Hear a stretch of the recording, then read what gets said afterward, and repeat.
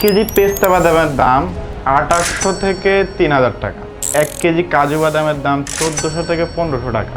1 KG আখরোটের দাম 2000 থেকে 2200 টাকা এবং 1 কেজি কাঠবাদামের দাম হচ্ছে 1400 থেকে 1500 টাকা।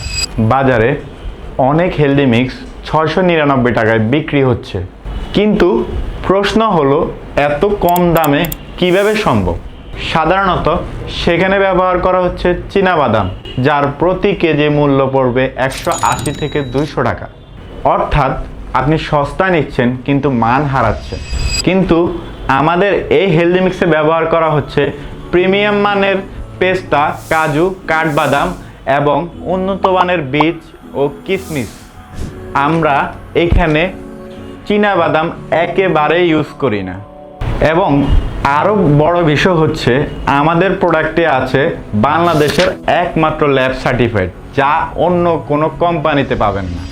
এছাড়াও আমাদের রয়েছে 30,000-এরও বেশি রিপিটেড কাস্টমার, যারা আমাদের প্রোডাক্ট খেয়ে সন্তুষ্ট।